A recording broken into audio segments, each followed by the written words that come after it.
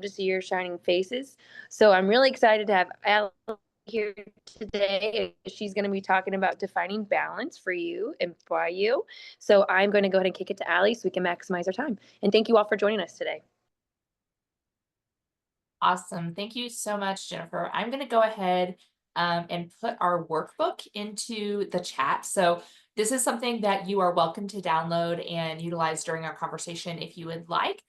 You don't necessarily have to, because I do also have the same prompts on the screen, but it's just a nice resource for you if that's something that would be helpful for you.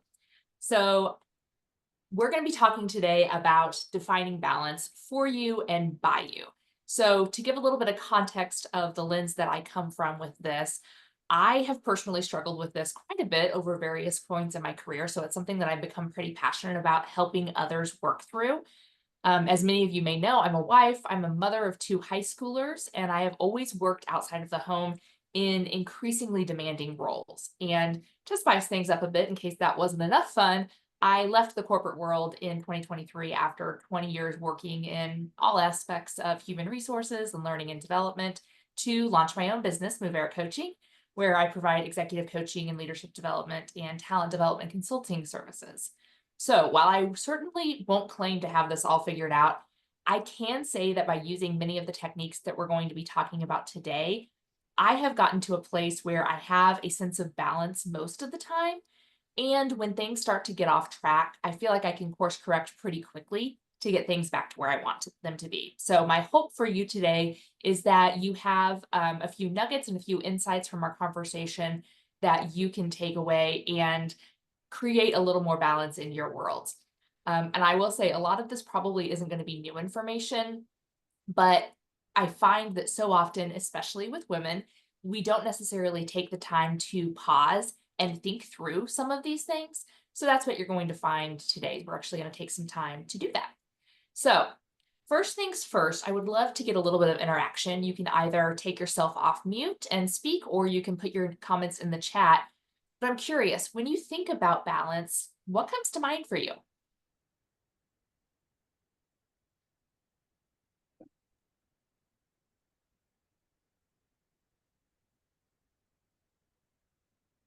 So I just put in stepping away from work. So for me, I love being outdoors. So it's actually kind of getting more in tune with nature and just kind of being still.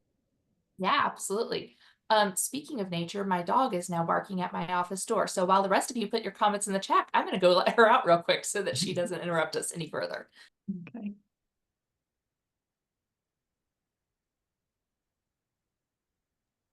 I think this is one of the hardest struggles for women is just that balance. Professional women and especially small businesses, there is no time off. So it's like, how do you teach them? Absolutely. Absolutely. And I love the comments I'm seeing in chat, things like balance being stepping away from work, and I love this idea of finding harmony. And that's one of the things we're actually going to talk a little bit about that as we go, of course, throughout our course of the content today. So here's our roadmap. We've talked a little bit about what balance means to you. And then we're going to dive into some of the common myths about balance, including why they're a myth. And then we're going to start helping you to create your personal plan for balance, which includes identifying what's really important to you right now, recognizing the current stage of life you're in and how that evolves over time. And then you're going to have an opportunity to create an action plan for how you'll move forward to kind of that ideal balance state. This is a slightly truncated version of this workshop that I do. So we're going to be moving through things pretty quickly. I will be giving you some time to pause and kind of reflect on some of the prompts over the course of the session. And the workbook that I put in the chat is one that you can open up and fill out as a PDF if you choose. But it's also designed to be something that you can come back to later and finish if we don't get through everything today. So I just want to call that out. There may be some things that we don't get a chance to actually get through just due to time. So when we think about going into this conversation of myths about balance, balance has been this really elusive target for so many people for many years. And there are tons of books and articles and podcasts, you name it. Somebody has talked about balance before, right? Because it's something that so many people are seeking. Sometimes you'll even hear it reframed as integration, though I find that the change in the label hasn't really changed the meaning for most people. And because of the plethora of content about this, a lot of these myths have come up and become pretty common. So before you can define what balance means for you, we want to check and make sure you aren't subscribing to any of these myths, even subconsciously. Okay, so that's where we're going to go first. First myth that we have to talk about, this idea that balance is a 50-50 split. So many people have this idea when they think of balance that it's some sort of scale with like work on the one side and life on the other, and they expect it to even out and be perfectly balanced. That's not only not realistic, it's really not achievable. First off, there's more than two things to consider when you're seeking balance, right? The things that you consider are going to look different in different seasons of your life. So, for example, when I was single versus after I got married, or when my kids were little versus now when they're high schoolers and they're driving themselves, right? Those seasons and the way I'm able to balance things and the things that are priorities for me are very different in those different seasons. The next myth is that balance means finding a way to do it all, right? Which is usually not the case. In fact, sometimes balance means figuring out what not to do and what should stay on your not to do list. The next myth is that there is a quote unquote right way to achieve balance. And this is just kind of a fool's errand, right? Because balance looks different for every person, as each of our situations are very unique, right? What works for one of us might be a complete disaster for somebody else, and vice versa. Or what one person places a high value on, somebody else may not. It may not even be on our radar right now. Even how you go about creating a plan is going to work best if it's personalized to you, right? Are you somebody who's going to make a literal checklist of things to do, or do you prefer to focus on more general themes to work on, right? There are so many different ways to create balance. So this idea that there's one right way is definitely a myth. Another myth that I hear a lot is that once you find balance, you're good to go for life, right? You've done it, you've checked that box. And we just know that's not the case. Balance can and often does look different based on so many different factors, right? Where you're at in your age, right? Your lifespan, the place you are in your career, what's your family situation or your volunteer and community situation. What all this means is that the best balance for you is likely going to evolve as you go through these different seasons. Next myth we want to talk about is that balance is only about managing your time. And this is what I see. I talk to so many people who really are fixating, if I could just manage my calendar, if I could just manage my time. And if it were that simple, we'd all be rock stars at balance, right? In reality, finding balance involves, yes, managing your time, but also managing your priorities, your choices, even your boundaries. All of those play a factor in creating this balance. And many of those are tougher to balance than just the time blocks on your calendar. The next myth is that other people have it all figured out. And this is one I find many of us falling into, right? When you look at your colleagues' social media and it looks like their life is perfectly balanced. They have productive work time, they have meaningful family time, they're working out regularly, they're even volunteering. And this is where you really have to remember that social media only shows the highlight reel. It shows what people feel good about, and it typically doesn't include the days where everything seems to go wrong. So while it's so easy to look at that and fall into that comparison trap, we want to be really mindful not to do that, because here's the real truth is that none of us have it fully figured out, right? Things come up all the time. The last myth that I want to talk about is this myth that every day should be balanced. And yes, this might happen sometimes. You may have a day where everything's in sync, everything's getting equal attention, you feel very highly satisfied that you're hitting all of the different elements that are important to you. Unfortunately, these days tend to be kind of few and far between. So more realistically, you may find balance by looking out more broadly over a week or even a month's time frame and seeing how things balance out over those different time frames. All right. Before we move on, are there any questions or comments about these myths or any additional myths you would like to add to the list? And again, you can either take yourself off mute or add your comments in the chat. And I just wanted to welcome in some new members. So I don't know if we're going to need to re-upload your handout, but we had I'll a do couple that other right now. people jump in. Okay, thank you. Absolutely. So for those of you who are just joining us, I just popped in the chat the workbook that we are working through. You're welcome to download it, and it's a fillable PDF, so you can fill it out as we go. Or I also have all the prompts that we're going to work through on the slide, so you can just look at that as well. But what we're finishing up talking about now are some of the common myths that we run into or that we might subscribe to when we think about balance. I'm not seeing any additions in the chat. So let's go ahead and dive into a couple of additional things that I want to think about, or I want to encourage you to think about. These are some helpful reframes that I have found to be really helpful for myself and the clients that I'm working with around balance. The first one is this reframe around who owns your balance. So often I hear people talking about kind of external forces, whether it's their job or family stuff or other things going on. It can be really helpful for you to reframe this to I own my balance, no one else. So while the work definitely plays a part, and there's some instances where saying no or putting a boundary in place isn't realistic, ultimately the things that you do to make your life feel balanced are up to you. They are within your control, right? So that can be a helpful reframe, because thinking otherwise, thinking that all of this is up to somebody else, can kind of put you in that victim mentality that can lead you to staying stuck in an unbalanced state. So we want to make sure we're being mindful of and watching out for that. The second reframe is that it can be really helpful to move from thinking of balance as a goal to be achieved, right? Something that you're going to check off your list, to thinking of balance as an outcome created by your day-to-day decisions, right? This isn't something that happens by chance. It happens with intentionality because of the decisions and the choices that you're making. So this can be another helpful reframe that can help you in this.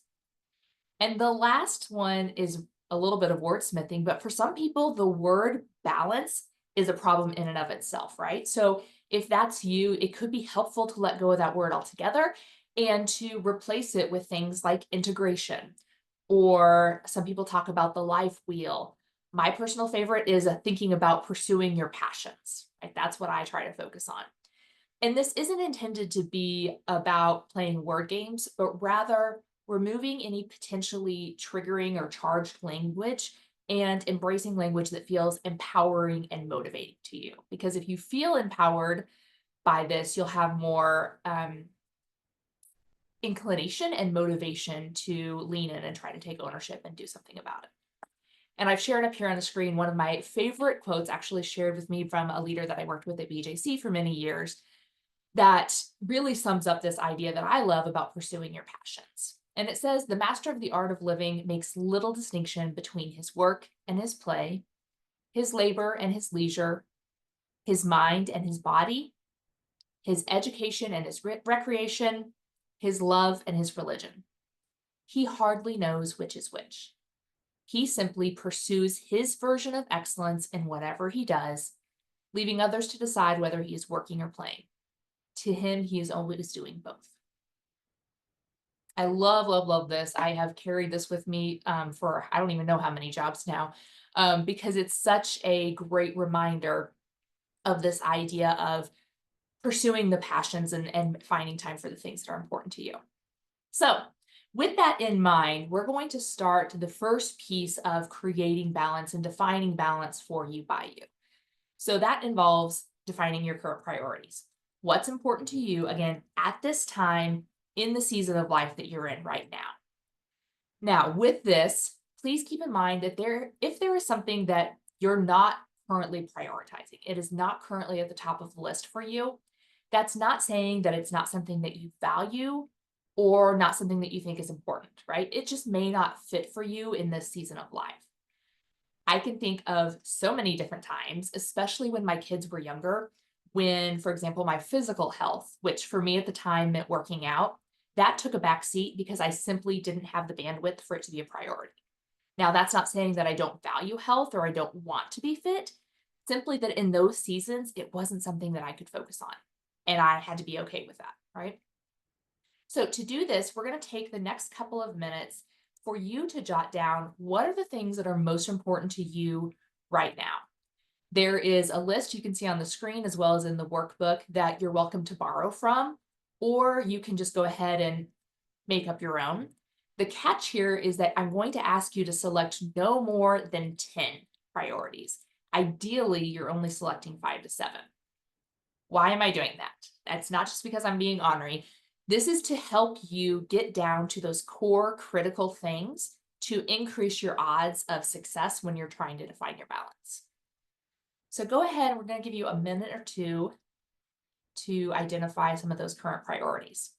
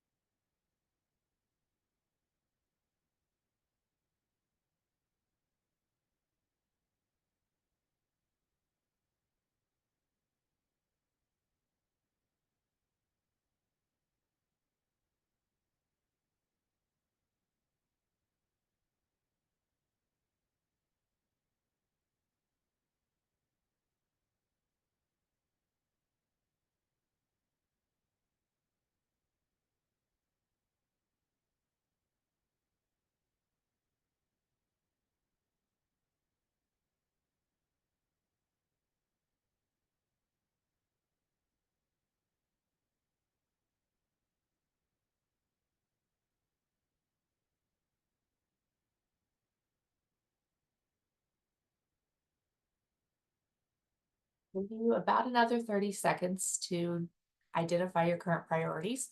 And note that this isn't, we're not like carving this into granite, right? This is just an idea for you to start thinking about what's rising to the top of the list for you right now.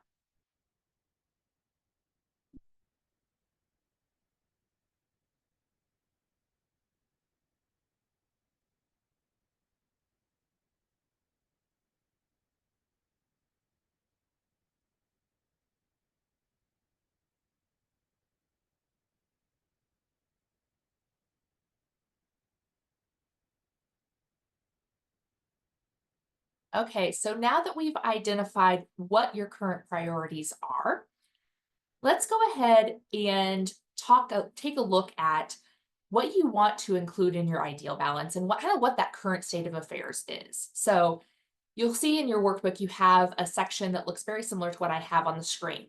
So what you'll do with this is you'll write each priority that you identified in the left column of the worksheet on your workbook. Or if you're just taking notes, you can just go ahead and write them down on a worksheet or a notebook paper. And then I'm going to ask you to give it a number on a scale of 0 to 10 that best represents your current level of satisfaction with that area of your life. So on this scale, 0, it means not satisfied at all, and 10 is perfectly satisfied. We couldn't be more satisfied with that aspect of my life, right? So you can see as I add on to my screen here, you can see how I've rated these different areas for me right now as an example for what you're going to do. So take a few moments and rate those for yourself.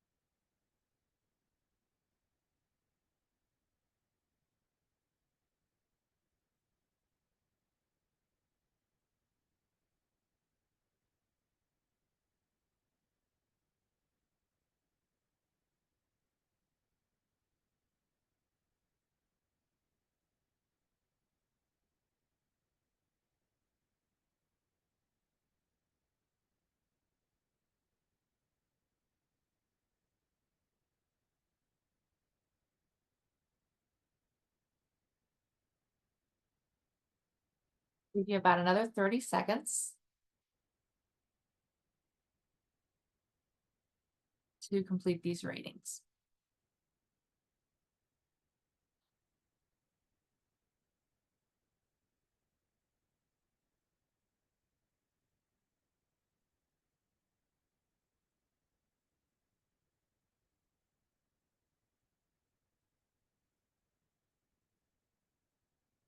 Okay, as you're finishing at this off, one thing I want to call out, the ratings you give yourself, try not to add judgment to those, right? If you have an area of your life that you're saying, you know what, right now I'm really not satisfied with this, try to just hold that as a factor, as a kind of situation that you have without judging yourself for it, which I know is so hard to do because we as women are really, really good at putting our judgy pants on and kind of applying that to ourselves. But try to defer judgment as best you can, because one of the things we're going to do with our next step is actually start to look at where you want to be. So you'll see in the next section of your worksheet, you have a graph that looks similar to what I have on the screen.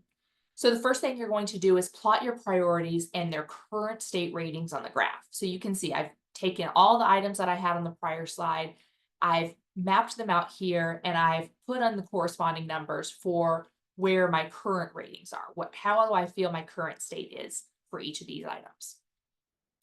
Then what you're going to do is you're going to plot your ideal state. So for this, you're going to give each item a number for the level of satisfaction that you want to have with each of these areas. You're going to use another scale from 0 to 10, where 0 is no satisfaction needed, which if you're selecting this, I would question why this area is even on your top priorities list. And then a 10 is the highest level of satisfaction possible. It's important to you and you want to have the highest level of satisfaction possible.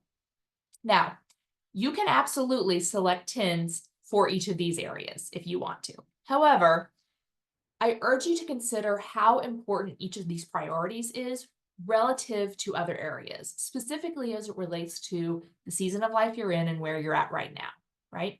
So as you can see on the screen, from my example, I do have some areas that are 10s. I have some areas that I really feel it's important that I have the highest level of satisfaction. I also have some areas where I'm currently more satisfied than I need to be, right? I am currently feeling more satisfied than how satisfied I identified that I wanted to be. And I have some areas where there's a gap between my current and my ideal state that I want to work on. So if you look at things like movement and downtime on my list, you can see that there's a pretty big gap there between my current state and my ideal state. So I'm going to give you a couple of minutes to map out where you think you are, current state, and then also what you want your ideal state to look like.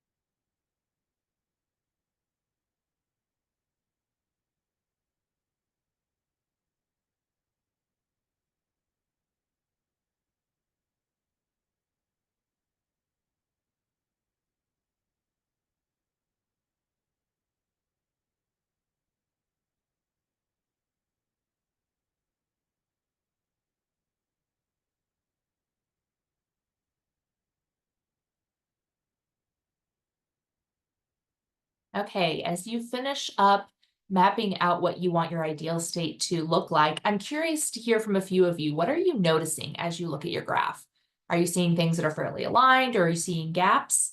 You can take yourself off mute and add your comments or put your notes in the chat.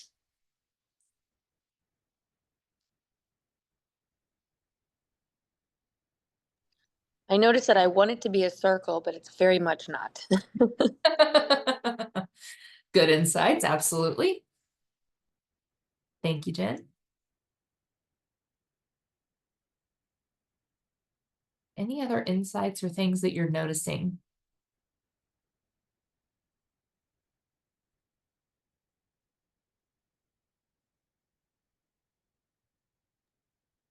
Like, what's the difference between downtime and playtime? Great question. And for this, I'm actually going to go back a couple of slides. So these items that you see on these priorities actually came from one of the neuroscience-based tools that I use called the Healthy Mind Platter. And so downtime for this is really thinking about when you are non-focused, right? You don't have a specific goal, you let your mind wander or simply relax, which can help the brain to recharge. Playtime is more when we allow ourselves to be spontaneous or creative or kind of playfully enjoying novel experience, right? That helps us make new connections in the brain. So they can be similar.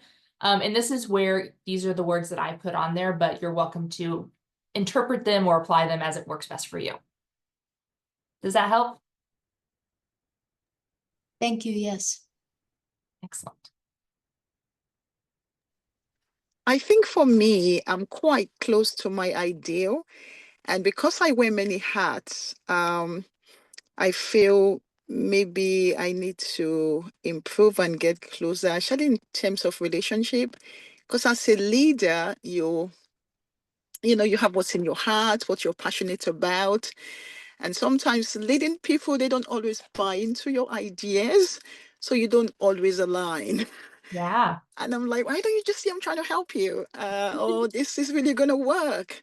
Mhm. So in that regard, I'm hoping I can work on that and kind of find a way to, you know, sell my ideas or, convince people that, okay, let's just try this and see. Yeah. Absolutely. And what I love there is you've called out that right now, this is something that's really important and it's a Mm, priority to you. So it helps give you some clarity a little bit in terms yeah. of where to spend your time. So that's actually a great segue. Just like you identified what's most important to you right now, it's also very helpful to identify what's not as important in this season. What can you let go of at this time again in this season of life?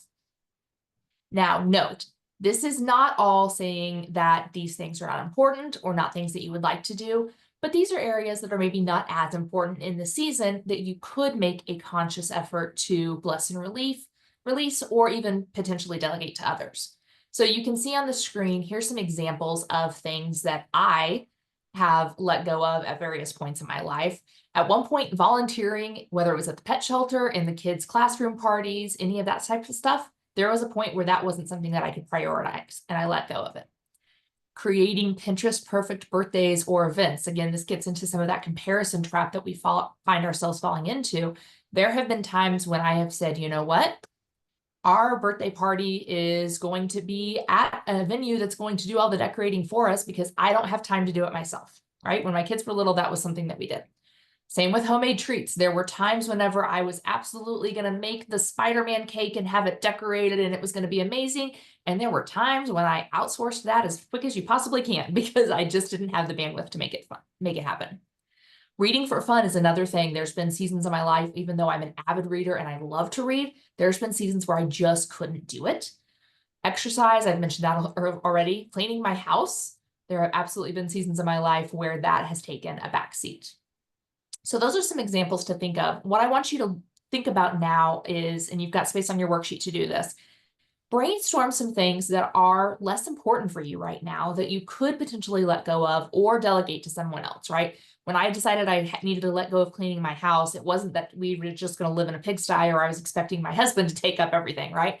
I was in a position and I had the opportunity to hire in some help to help us do that. And that was going to be a great way to help create some balance so that I wasn't spending half my weekend cleaning the house. So go ahead and brainstorm what are some things that you could potentially let go of at home, at work, in relationships, or in other areas of your life. And I want to call out, you're not committing to letting go of these specifically. You're just getting ideas. We're just brainstorming. So take a couple of minutes, and I'm going to warn you, I'm going to ask you all to share what you come up with that you might let go of, because this is a great opportunity for us to borrow ideas from each other and tap into the collective wisdom of the group.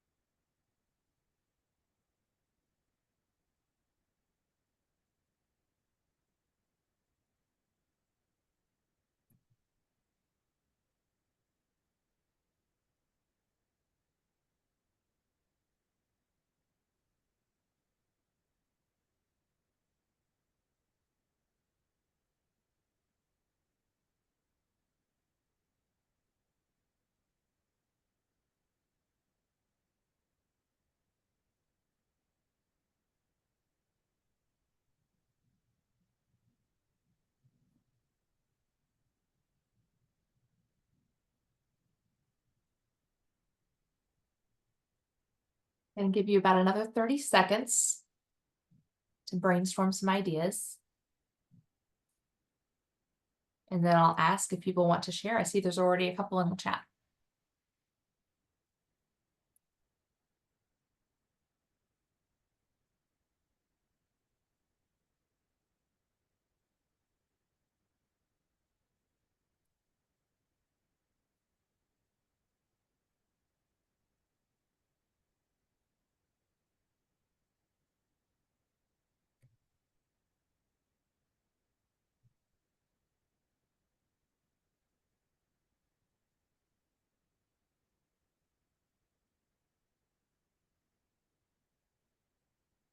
All right. Now that you've had a chance to do some identification, let's go ahead and talk about what some of the ideas that you had of things that you could potentially not do or let go of. I see Diane already added to the chat, cooking a big deal for dinner, or a big meal for dinner every night, right? That is absolutely something, if the time is right for you, that you can let go of. Great idea. What else came to mind for you all? To piggyback off Diane, I started utilizing Uber Eats and Instacart because I don't have time to go to the grocery store or make a meal. So every now and then it's like a treat where you order in and has it delivered to your house. Like last night, it was too cold to leave. Yes. So Yeah. And I love that idea. And one of the thing with this is getting creative with what that looks like, right? Like if the challenge is I have to feed these people like every day, they want to be fed again and again and again. It's one of the most draining parts of motherhood, at least for me. And so where can I find conveniences, whether that is meal prepping for a month and doing, having a plan ready that I don't even have to think about, I just have to execute, whether it's doing a meal service like HelloFresh or some of the Blue Aprons or different things like that, whether it's using Uber Eats, right? There's so many different ways that you can support yourself in that goal. It's just trying out what's going to work best for you and what matches with your constraints that you have. I like what you said earlier, like that balance doesn't have to look the same every day. And Yes.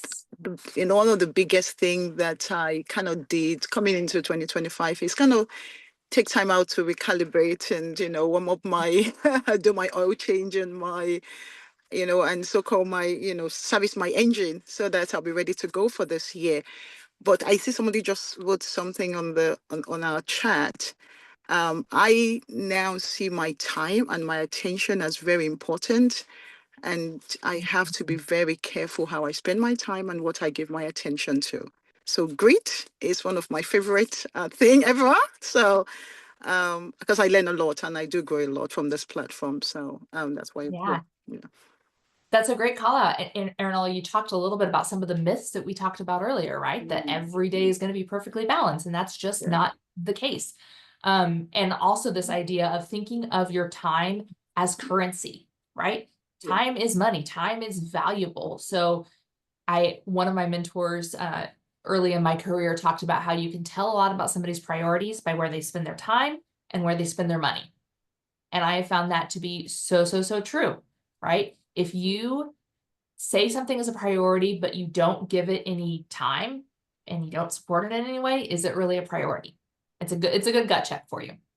I'm seeing some other comments in the comments in the chat talking about questioning some of the things I sign up for and doing slightly less. Absolutely. I talk a lot with my clients about saving room for your best yes, especially those of us who have a really strong sense of responsibility and we think of all these things that we should do, and recognizing that sometimes that can result in committing yourself and spreading yourself too thin. So if that's you, then saving room for your best yes can be really, really a helpful perspective. So I love that, Paula. Jenny, letting go of outcomes. Absolutely.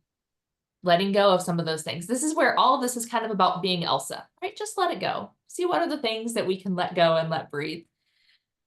Other comments from anybody in the group before we move on? Diane, I see your hand. Yeah, my I can't talk today. My New Year's resolution was to be more strategic with my networking, and I've broken it every month. So, so now I'm really trying to, when I get an introduction, I really would prefer, to meet on Zoom, and then if we really do have some synergy, then we can go ahead and take it one step further and meet in person. I mean, I know that, we can all help each other. But there are some people that, totally different target market. And so, and it's good to have a nice relationship. But because I don't really network just to get the business, I network for the relationships, and the business will come. But still, I can't meet everybody every day. So I'm trying to, cut back a lot on that. And that's such a great strategy because you're trying to balance, yes, building these relationships, and I can't spend an hour in the car each way to have an hour lunch, right? That takes up half of your day. So being strategic with that's really smart. Crystal, I see your hand as well. Oh, you're still on mute, dear. Thank you. And hello, everyone. Hi, Jennifer. So I'm taking my Saturday mornings back. I'm a person that likes to have my time and my space in the morning. I like to relax, have coffee, go through a routine, but with work Monday through Friday and then church on Sunday, the only day I have for that, which is important for my well-being, is Saturday morning. So I'm taking Saturday mornings back. And if I have something like a meeting on Saturday, and if it starts at 10, and if I'm not up in time, then it's something that I'm just not going to do because it's not associated with something that's at the top of my priority list. It's, optional activities. So I'm viewing Saturday stuff. It's all optional activities. And I am owning that day for my own health. Yeah, that's such a great strategy. I love that. A lot of this comes down to intentionality, right? Being intentional about what we say yes to and making sure that it aligns to those bigger goals and it's supporting us in those bigger goals that we have. Absolutely. I see Marianne put in the chat, having the kids help more. Absolutely. That is a great idea. Even willing to pay them, have them shop online for groceries, have them walk the dog. I always joke with my kids that I am training them to leave me is what I'm trying to do. I'm trying to set them up to be successful. So guess what? They've been doing their own laundry since they were about 8 years old because sorting is a preschool level skill. So that was something that we instituted very, very early on. Having the kids help with meal planning. I have at different phases in my life have had like Kate's night in the kitchen, Colt's night in the kitchen, and they're responsible for picking a dish and making sure we have the groceries for it and fixing it for the family, right? Making them contribute and helping them see the opportunities that they have to contribute to the family. Love that idea. All sorts of good ideas. I could keep going here, but we have to stop at some point. So let's go ahead and get into action planning. So this is where we take all the work you've done and bring it down to 3 things that you want to focus on. Now, some of you are going to be asking, why only 3? I just made a list of 7 things that I want to do. The reason for this is because we're going to work with your brain to increase the odds of you being successful by focusing on the critical few versus the possible many. So what happens when people try to implement changes in their behaviors is that you're often trying to change habits that are really well ingrained. These are things you've been doing for a long, long time. I know, going back to Diane's example of, not cooking big meals, I grew up in a family of 6. There was my parents and 4 daughters, and my mom still cooked like all 6 of us were home long after we had all moved out of the house, right? And then my poor dad was left eating leftovers for weeks on end. So when you're implementing these habits, or you're changing these habits, those are habits that are really well ingrained. And the research overwhelmingly shows that when you try to change multiple things at once, your odds of success decrease dramatically. So to give you guys some numbers with this, when you change a single behavior at a time, the likelihood that you will retain that habit for a year or more may be as high as 80%. But if you change 2 behaviors at once, that drops to less than 35%. And if you try to change 3 habits at once, that drops to less than 5%. And I don't know about you guys, but I'm all about the return on investment. If I'm taking the time to try to change this behavior, I want to set myself up for success. So what I'm going to ask you to do at this point is identify 3 actions that you believe will help you close the gap between your current state and your ideal state. And as you're choosing these items, I encourage you to ask yourself a few key questions. You can see these in your workbook as well. 1, will this action help me achieve my goal, right? Is this going to help support the change I'm trying to make? So is it helpful? 2, how likely is it this action is actually going to happen? So am I going to say that I'm suddenly going to start going to the gym 5 days a week when I haven't used my membership in 2 years? That's not a very likely to happen type of thing, right? So is it helpful? Is it likely to happen? And 3, which action should I do first to create momentum? Because we're going to focus on one thing at a time. What's the one action that's going to help you start the ball rolling and generate some motivation and some positive experience that will create the momentum to help you then make the next change, and then the one after that? So go ahead and take a few minutes and identify some actions that you want to take to close the gap. And then to help support all of our accountability, I am going to ask that you share your actions, at least one of them, if you're willing.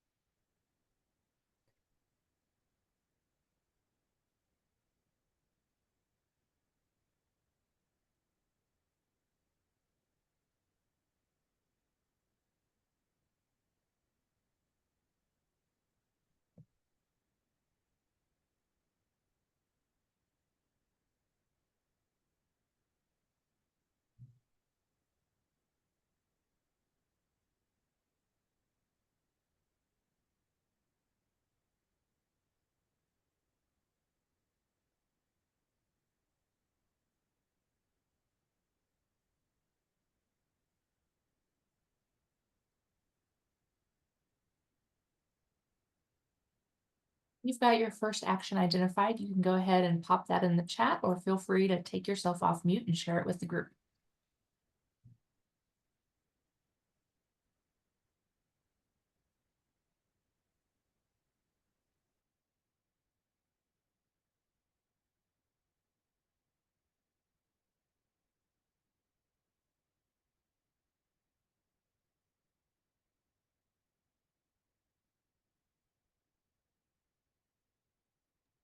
I think for me, I have an unusual one. I'm a woman of faith, and I realized that prayer always gives me clarity and helps me focus. And with that, I'm energized to pursue those priorities and balance that I strive for. So my number one will have to be prayer. Yeah. So Yes. Erno, I'm gonna nudge you a little bit on this. What does that look like? Is that a matter of saving 15 minutes in the morning to have that dedicated prayer time? Is that a matter of pausing in your day? What does that look like for you? I mean, there's no specific time to pray. Sometimes you're so rushed in the morning and it's just driving to your next meeting, you can say a quick prayer, but it just gives you that for me, it gives me that inner peace. And with that, I can like target a goal and kind of have it accomplished. Yeah. So Very it just good. anytime. It could be nighttime, daytime, whatever works for you. Okay. Thank you very much.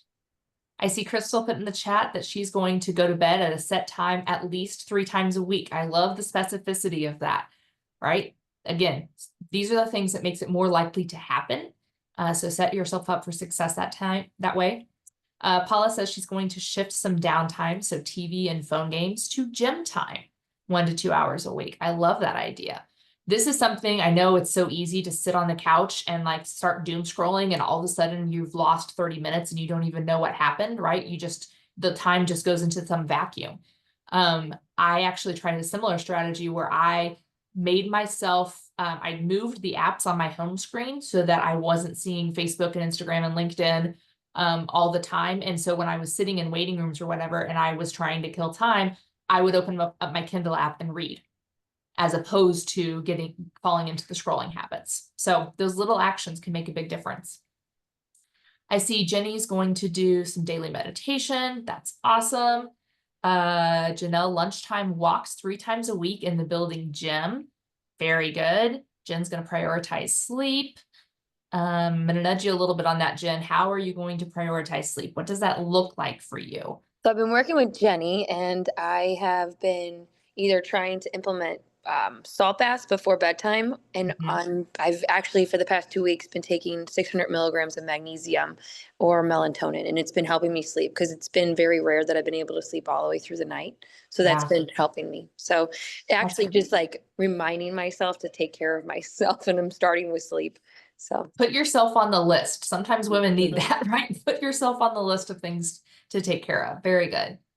I see Marianne's going to work on a goal of better time management. So exercising each day, doing some affirmation or prayers and meditation, using social media as a tool only. Don't go to bed with the phone and wake up with the phone, putting it in your bathroom. That's a great strategy. Diane's going to say no more often. Joni's going to take 1 day a week for home care with no meetings. I love all of this. I'm so excited to see the energy that has come up as you guys were putting these into the chat and as you're identifying these actions. So a couple of things that I want to mention as we're closing out. You have the plan. Now what do you do with it, right? One thing to always remember anytime you're trying to change a habit is that there's going to be bumps. It's not if, it's when, right? There's going to be days whenever you don't meet your goal.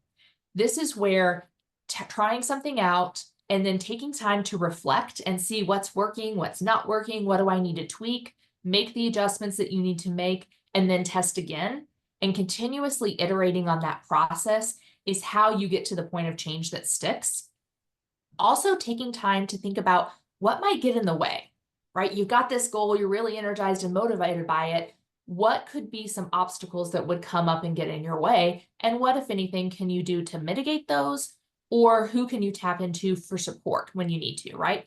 So I know there's been times in my journey where I have been committed to like, okay, as soon as I get home, I'm going to go straight to change my clothes and I'm going to go downstairs and work out, right? And to do that, I needed to enlist my husband as support, to be a little bit of a buffer, that he was in charge of all the kid stuff and he could get dinner started while I was doing the workout. And there's been times in my life when we've switched that, right? So brainstorming what those support options are. And my rule of thumb is that anytime you start to feel anxious or frustrated or tired or irritated or just off, those are all clues that you need to check back in on this and maybe revisit and see where you're either in alignment or not in alignment with where you want to go. So those are good things to keep in mind. At this point, we've covered everything in the session. Are there any final questions I can answer for anyone or insights I can share?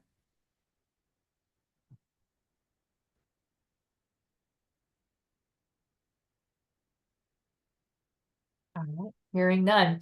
Thank you guys so much for having me today. This is my Blink digital card that's going to give you my LinkedIn link. Pretty sure we're all connected already, but in the off chance that we're not, I would love to connect with you there.